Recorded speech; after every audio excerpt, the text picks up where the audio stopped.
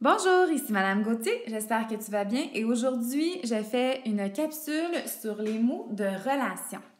Alors, qu'est-ce que c'est les mots de relation? Ce sont des petits mots ou des moyens mots qui nous permettent de fusionner deux phrases ensemble. Alors, de créer une seule phrase avec deux phrases. Donc, ces petits mots-là, on va les voir et là, je t'ai donné quelques exemples. Donc, on va y aller avec le premier exemple ici. Je suis fatiguée, point, je n'ai pas dormi, point. Alors, ce que j'ai fait, j'ai créé une nouvelle phrase avec ces deux phrases-là et ça a donné ceci. Je suis fatiguée car je n'ai pas dormi. Alors, tu remarques que le mot car me permet de fusionner les deux phrases que j'avais au départ en une seule phrase. Donc, le mot car est un mot de relation. Deuxième exemple.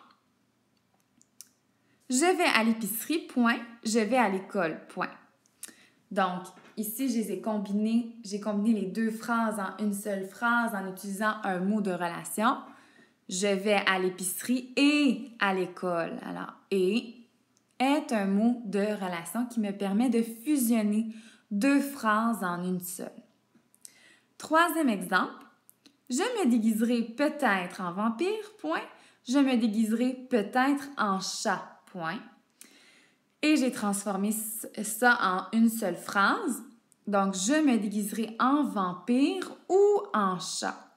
Alors, tu remarqueras que cette phrase-là est beaucoup plus courte que les deux autres. Alors, c'est ça que ça permet d'utiliser des mots de relation.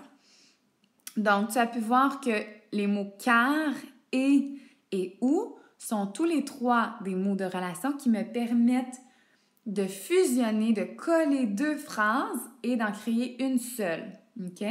Il y a plusieurs autres mots qui servent de mots de relation. Il n'y a pas juste ces trois-là.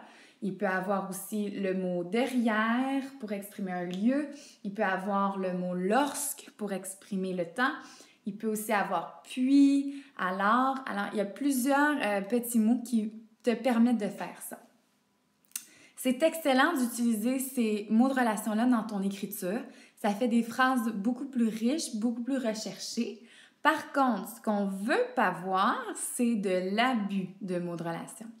Alors, je te donne un exemple de ce qu'il ne faut pas faire. C'est l'exemple en bleu en dessous.